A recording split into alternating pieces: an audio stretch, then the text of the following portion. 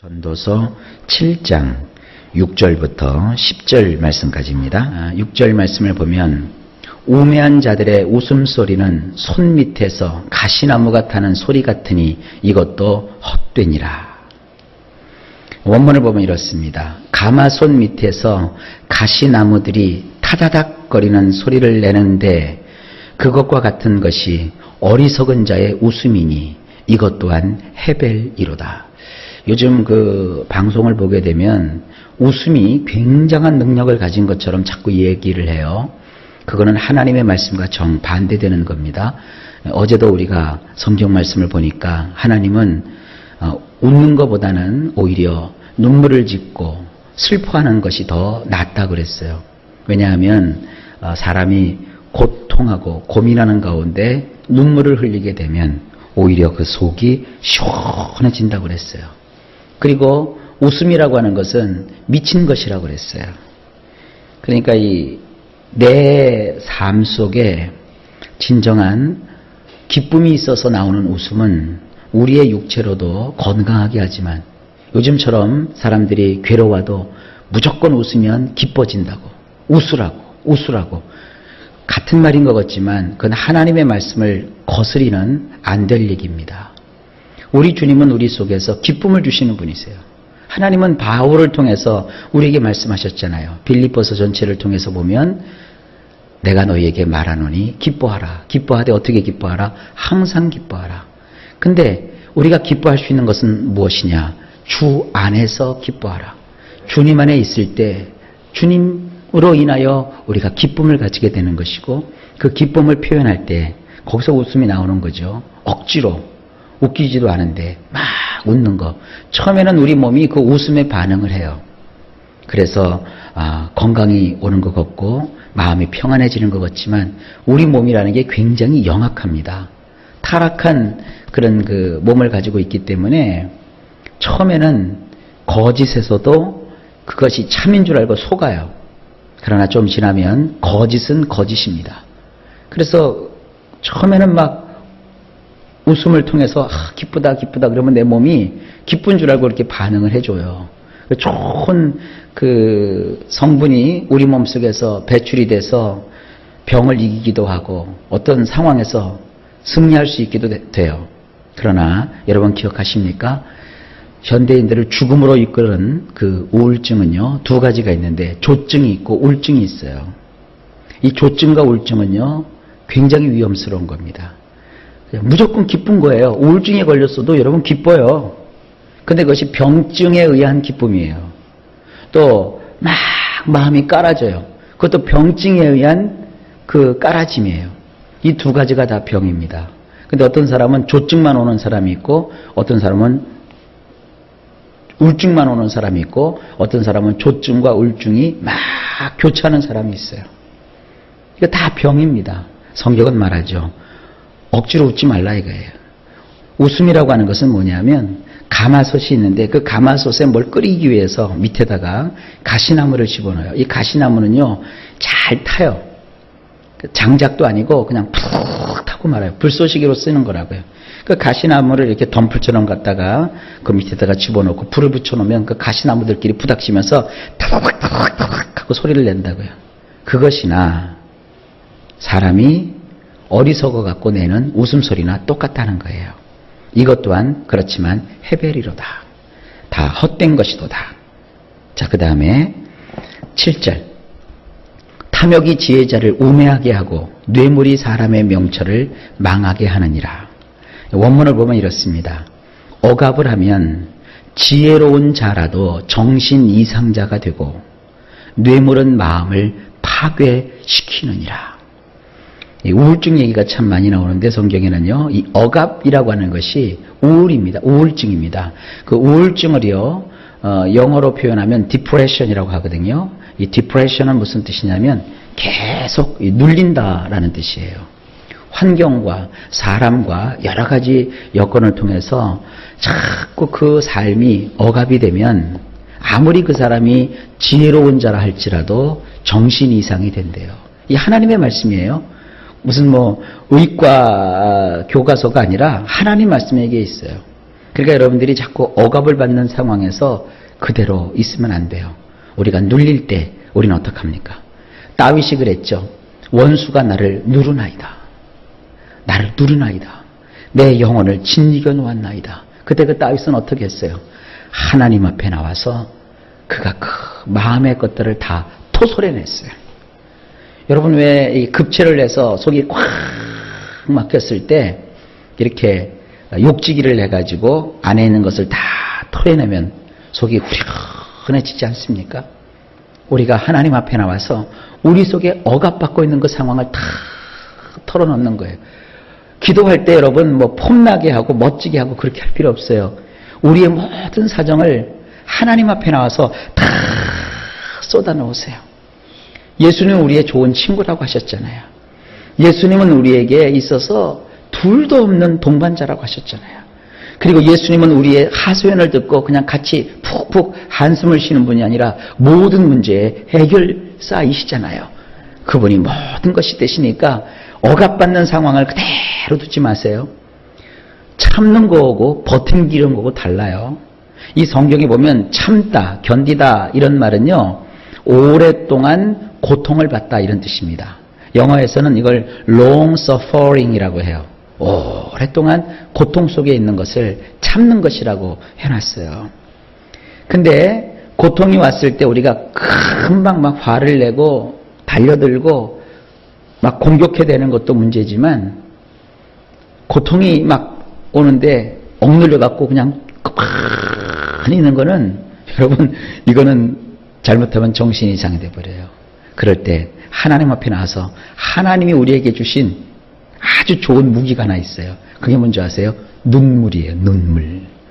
다윗은 그 숱한 인생의 고난 속에서 주여 나의 눈물을 내가 지금 흘리오니 눈물병에다 내 눈물을 담으소서. 나를 기억하시는 하나님을 바라보면서 그 하나님 앞에 내 인생의 모든 억장이 무너지는 심령을 다 토해냈다고요. 여러분도 그렇게 하실 수 있기를 바랍니다. 하나님이 주시는 위로가 우리 속에 오셔서 그 위경에 처한 우리를 끄집어내 주시고 그리고 시편 107편에 보게 되면 큰 위기에 처해 있는 자에게 주께서 말씀을 보내사 우리를 그 위경에서 건져내시고 우리를 고쳐주신다고 했잖아요. 여러분 억압을 받는 상태로 그냥 있으면 안 됩니다.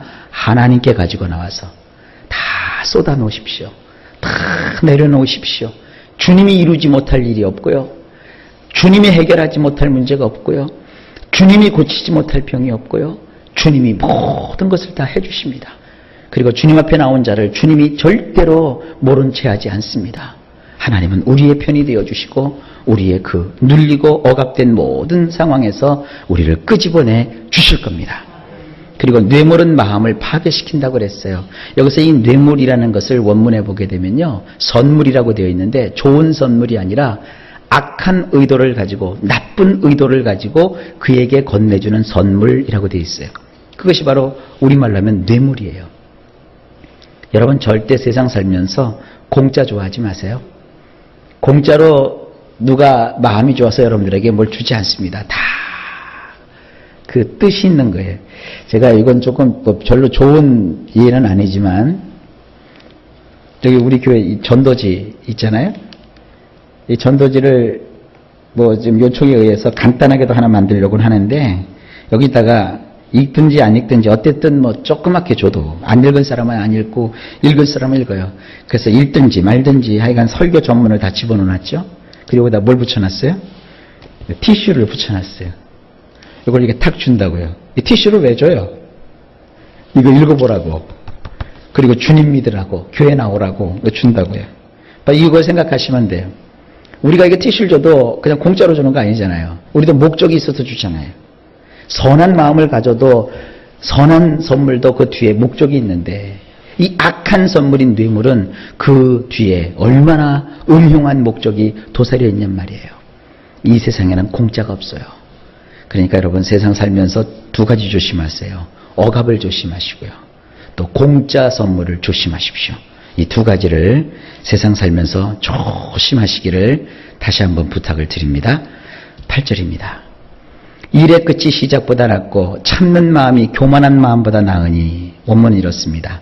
어떤 것의 끝이 그것의 시작보다 좋으며 우쭐대는 영혼보다는 오래 참는 영혼이 좋으니라. 예, 시작은 막 그럴듯하게 해놓고 끝은 흐지부지되는 이 용두삼이라는 말 쓰죠.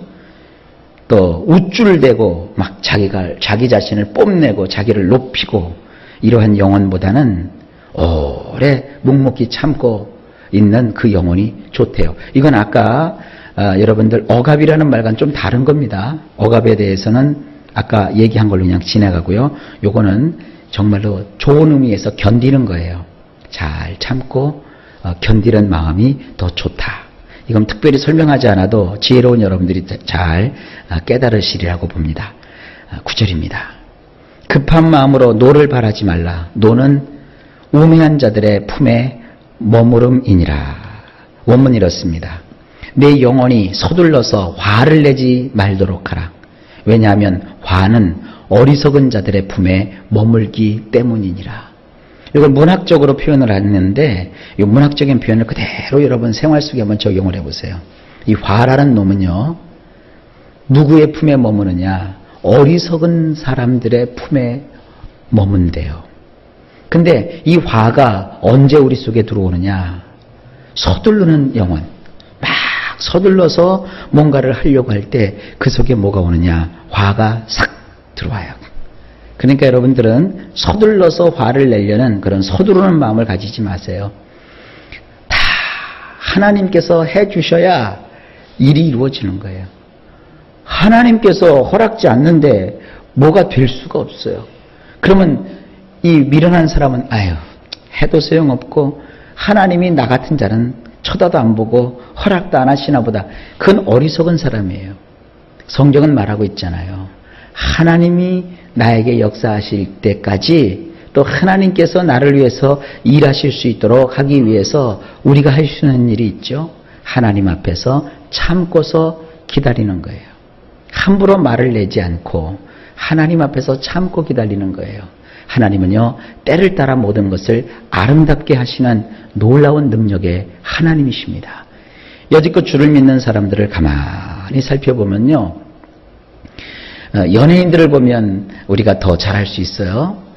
연예인들 가운데 젊어서 초창기 때 인기를 갖기 전에 혹은 인기를 가지고 나서 하나님을 믿고 성경을 공부하고 예수님을 믿고 이런 사람들은요, 그들이 노년이 됐을 때도 보면 잘 돼요. 또 그들 자녀들이 잘 돼요. 그런데 그 연예인이 처음에 인기가 있고 사람들한테 막 칭찬이 자자하고 그래서 삶을 돈을 많이 버니까 그 돈 갖고 막 살고 하나님도 믿지 않고 어그러진 길로 행했던 사람들 보면 일찍 죽는다든지 그 자녀들이 다 그릇된 길로 가든지 뭐 그런 경우를 우리가 이 연예인들 사회에서도 많이 보게 돼요. 어느 날 제가 이렇게 그 연예인들이 쓴 글들을 이렇게 보니까 그들이 고백하는 게 그거예요. 하나님은요, 심은 대로 다 거두게 하시고요. 하나님은요, 그 안에서 어렸을 적부터 했던 그 기도대로 다 응답을 해주신다는 거예요. 여러분, 이것은 다른 사람의 이야기가 아닙니다. 우리의 이야기입니다.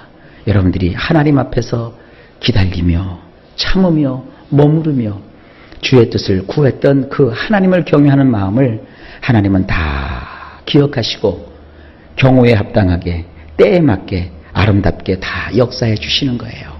주님을 믿는 마음으로 십자가 밑에 내려와 앉아서 하나님을 바라보고 열심으로 주님을 섬기시는 여러분 되시기를 바랍니다. 하나님은 그런 자에게 복을 내려주십니다. 10절입니다. 옛날이 오늘보다 나음이 어찌 미냐 하지 말라. 이렇게 묻는 것은 지혜가 아니니라. 원문이 이래요. 너는 어째서 예전의 날들이 이것들보다 좋다고 하느냐 라고 말하지 말라. 내가 이렇게 묻는 것은 지혜로운 것이 아니기 때문이니라. 이 남자들이 꼭 하는 얘기가 있죠. 군대 얘기. 군대 얘기 들어보면요, 그 사람 군대 가갖고요, 대한민국 다 그 사람이 지켰고요, 대한민국의 무장공비 그 사람이 다 잡았고요, 그 사람이 하여간 공산당은 다 때려 부수고 굉장한 영웅처럼 얘기를 해요. 다 이제 군대 얘기 듣고 나서 꼭 제가 뒤에다 그런 얘기 하죠. 다시 군대 가라면 가겠수? 안 간대요. 지나온 날들은 다 추억 속에 담을 수 있어요.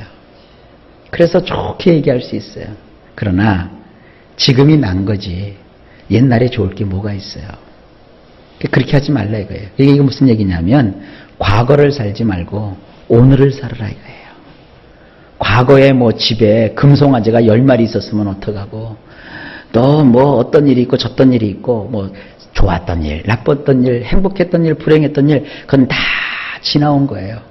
근데 참 감사하게도 그 어려움 속에서도 하나님이 나를 죽이지 아니하시고 오늘 살게 하셨잖아요. 그 숱한 문제 속에서도 하나님께서 나를 건져내셔서 오늘 나로 하여금 밥 먹고 있게 하셨잖아요. 이렇게 주신 것이 하나님의 은혜란 말이에요. 옛날을 살지 말고 오늘을 사십시오. 오늘 하루 하나님께서 주시는 그 은혜를 구하십시오. 어떤 분이 저한테 그럴 수 있어요. 목사님은 늘 성도들을 위해서 기도할 때 항상 같은 기도를 해주십니까? 예, 조금씩 말은 바꾸지만 제 마음은 항상 같아요. 하나님의 치료하심이 어제만 있는 거 아닙니다. 오늘도 필요합니다. 하나님께서 복 주심이 어제만 필요한 게 아닙니다. 오늘도 그 복을 우리가 받아야 됩니다. 하나님께서 우리를 건지시고 구원하심이 어제로 끝나서는 안 돼요. 오늘도 그 구원의 감격이 우리를 이끌어야 됩니다. 여러분, 오늘을 사십시오. 오늘이 소중한 겁니다. 오늘을 살면서 있지도 않은 미래를 바라보고 허망을 꿈꾸고 그리고 오늘을 살면서 어제 내가 잃어버렸던 것을 애달파면서 오늘을 여러분들이 망쳐버리면 아무것도 이뤄줄 수 없어요. 어제는 지나간 거예요. 덮어버리시고 미래는 하나님이 허락하셔야 열리는 거예요. 오늘이라고 불리는 이 날에 하나님을 찬양합니다. 하나님께 기도합니다. 오늘도 하나님 앞에 우리가 쓰임받기 위해서 하나님 앞에 서 있습니다. 오늘도 우리에게는 예수님의 그 거룩한 핏부림이 필요하고 성령의 기름 부음이 필요하며 하나님의 위로의 말씀이 필요합니다. 이 생명의 말씀 붙들고 오늘 하루 우리 이깁시다. 오늘 하루 참읍시다. 오늘 하루 용서합시다. 그리고 오늘 하루 주님이 우리를 향하여서 그렇게 하셨던 것처럼 사랑합시다. 그래서 하나님의 뜻을 이루는 우리 모두 되시기를 예수님의 이름으로 축복합니다.